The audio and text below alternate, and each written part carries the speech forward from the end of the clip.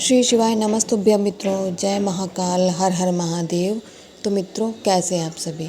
मित्रों, आप सभी को बहुत अच्छे से पता है कि आज है 29 जनवरी और आज है मौनी अमावस्या का बहुत ही प्यारा सा दिन। आज के दिन स्नान और दान करने का बहुत अधिक महत्व है इससे, क्योंकि आज ही के दिन को पितृ अमावस्या भी कहा जाता है। और पितृ अमावस्या का दीपक जो आज हम प्रज्वलित करेंगे, उससे हम अपने रुष्ट हुए पितरों को मनाएंगे, उनसे क्षमा याचना करेंगे तथा अपने जीवन में आने वाली परेशानियों को दूर करने का भी आग्रह उनसे करेंगे। तो चलिए मित्रों, जल्दी से वीडियो को कर देते हैं स्टार्ट। और आप सभी लोग चैनल पे जो लोग पहली बार हैं, चैनल को लाइक सब्सक्राइब ज़रूर कर दीजिएगा और कमेंट सेक्शन में महादेव जी का प्यारा सा नाम लिख के जाइएगा। चलिए मित्रों, बात करते हैं आज के हम अपने पहले उपाय की, जो कि हम करने वाले तरक्की और उन्नति के लिए, और इसकी कामना आज हम अपने पितरों से करेंगे। इस उपाय को करने के लिए मित्रों, आपको एक नए दीपक की आवश्यकता पड़ेगी। मैं आज पहले ही बता दे रही हूँ, कोई बहाना नहीं चलेगा, ना कोई बहाना आप लोग बनाइएगा। किसी भी पुराने दीपक का आपको इस्तेमाल नहीं करना है, बल्कि मिट्टी का नया दीपक ही लेना अनिवार्य है। ठीक है मित्रों, इसके बाद में आपको इसमें घी लगाना है। घी के साथ आपको इस दिए को प्रज्वलित करेंगे। और बत्ती कौन सी लगेगी मित्रों, क्योंकि हम अपने पितरों के लिए लगा रहे हैं मित्रों, तो इसमें लंबी बत्ती का प्रयोग करेंगे आज हम इस दिए को प्रज्वलित करने के लिए। तो इतना समझ गए मित्रों, आपको नया दीपक लेना है, उसमें घी का प्रयोग करेंगे इसे प्रज्वलित करने के लिए, और लंबी बाती का प्रयोग करेंगे, क्योंकि हम यह दीपक अपने पितरों के लिए बना रहे हैं। इतना हो गया मित्रों, दीपक तैयार हो गया। अब बात करते हैं इसे हम कहाँ कहाँ जला सकते हैं। पूज्य गुरु जी ने अपनी कथा में 3 स्थान बताए जहाँ हम इसे प्रज्वलित कर सकते हैं। पहला स्थान है पीपल का पेड़, दूसरा है वट वृक्ष, और तीसरा है मित्रों आपके घर के आसपास कोई नदी तालाब कुछ भी हो, तो अर्थात जहाँ बहता हुआ जल हो। तो 3 स्थान हो गए जहाँ हम इस दीपक को प्रज्वलित कर सकते हैं। लेकिन मान लीजिए आपके यहाँ ये तीनों ही स्थान है, तब आप क्या करेंगे। तो उस परिस्थिति में मित्रों, आपको यह दिया आपके घर के अंदर जो पानी पीने वाला स्थान है, जहाँ आरओ लगा हुआ है या जहाँ पे वाटर कूलर में आप लोग पानी पीने का रखते हैं, वहाँ पे इस दिए को हम प्रज्वलित करेंगे। अब बात करते हैं आसन में हम क्या लगाएंगे। तो मित्रों, यहाँ पे आपको काले तिल का प्रयोग करना है आसन लगाने के लिए।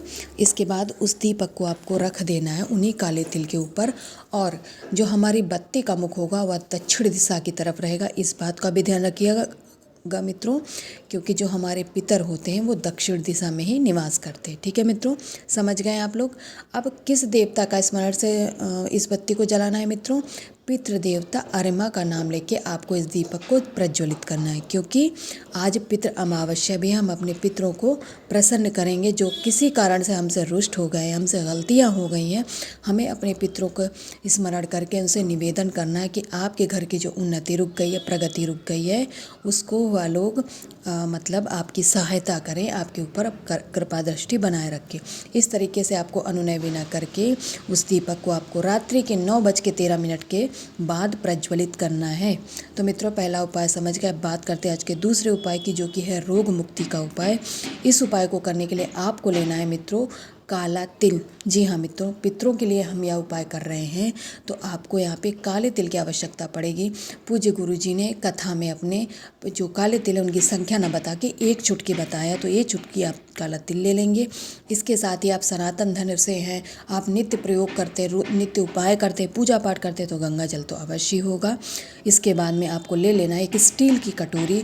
उसी स्टील की कटोरी में आपको थोड़ा सा जल अपने घर का शुद्ध डालना है, और जो आपके घर में गंगा जल है, थोड़ा सा गंगा जल भी डाल लेंगे। इसके बाद में जो आपने 1 चुटकी काला तिल लिया है, उन काले तिलों को भी इसी कटोरी के अंदर डाल लेंगे। इसके बाद ये आपकी कटोरी तैयार हो गई। आज यहाँ पे हम कलश का प्रयोग नहीं करेंगे, बल्कि स्टील की कटोरी में ही कलश बनाएंगे। ठीक है, इसके बाद इस कटोरी को लेके आप फिर से वहीं पहुँच जाएंगे जहाँ आपके घर में आरओ लगा हुआ है, क्योंकि हमें वहीं पे इस उपाय को करना है।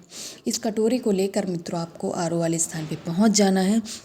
यहाँ पर इस कटोरी को रखने से पहले आपको एक नाम स्मरण करना है। कौन सा नाम मित्रों? अपने पितृ देवता अरिमा। जी हाँ मित्रों, आपको अपने पितृ देवता अरिमा का स्मरण करके अपने घर के उस रोगी व्यक्ति को निरोगी करने का अनुनय विनय करते हुए उनसे आपको निवेदन करना है। निवेदन करने के बाद में अपनी परेशानियों का भी आपको उनसे कहने के बाद में आपको यह कटोरी वहीं आरओ के पास में रख देना है। ठीक है मित्रों, बात समझ गए। इसके बाद में जब आपका अनुनय विनय कर चुके हों, अपनी बात कह चुके हों, इसके बाद उस कटोरी को उठाएंगे। इसके बाद जो महादेव जी की शिवलिंग है वहाँ पे पहुँच जाएंगे। उत्तर दिशा में मुख करने के बाद में इस जल को आपको यहाँ समर्पित करना है।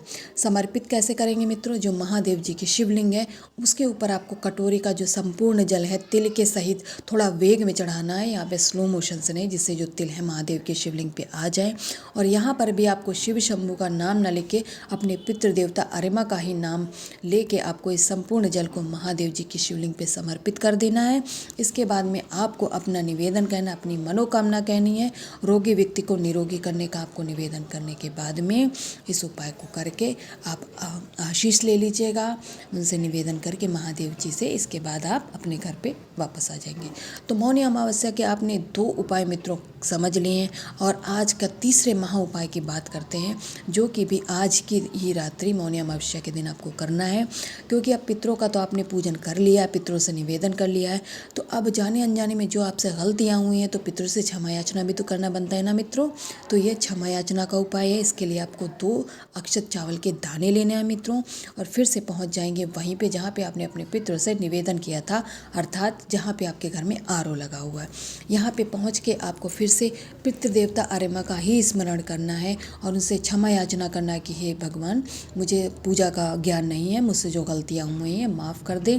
इसके बाद आपको अपने घर से एक तांबे के कलश में जल लेंगे शुद्ध, उसको लेके आप महादेव जी के शिवलिंग के पास पहुंच जाएंगे।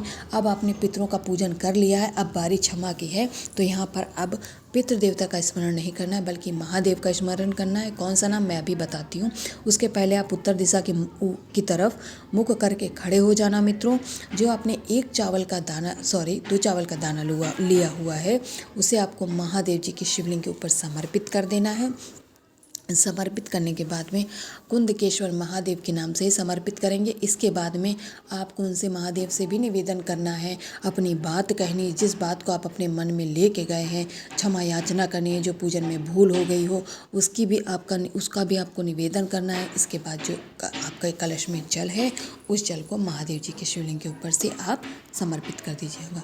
पूज्य गुरु जी ने कहा था, भले ही आप एक उपाय करें, पूरे उपाय ना कर पाएँ, लेकिन पूरे मन से आपको पूरी निष्ठा के साथ में उपाय करना है, बल्कि बिना गलती किए उपाय करना। अगर आपने गलती के सहित 3 उपाय किए तो आपको लाभ नहीं मिलेगा, और अगर बिना गलती के एक भी उपाय किया तो आपके उपाय का फल आपको अवश्य मिलेगा। तो मित्रों, मैं आपसे बार बार यही कहूँगी कि संपूर्ण उपाय को आप लोग पहले अच्छे से समझ लिया करिए, इसके बाद करा करिए, जिससे आपसे कोई गलती ना हो, आपको कोई दोष उपाय का ना लगे।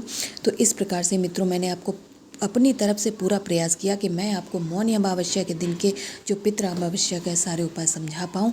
तो कमेंट सेक्शन में महादेव का नाम लिख के जरूर जाइएगा।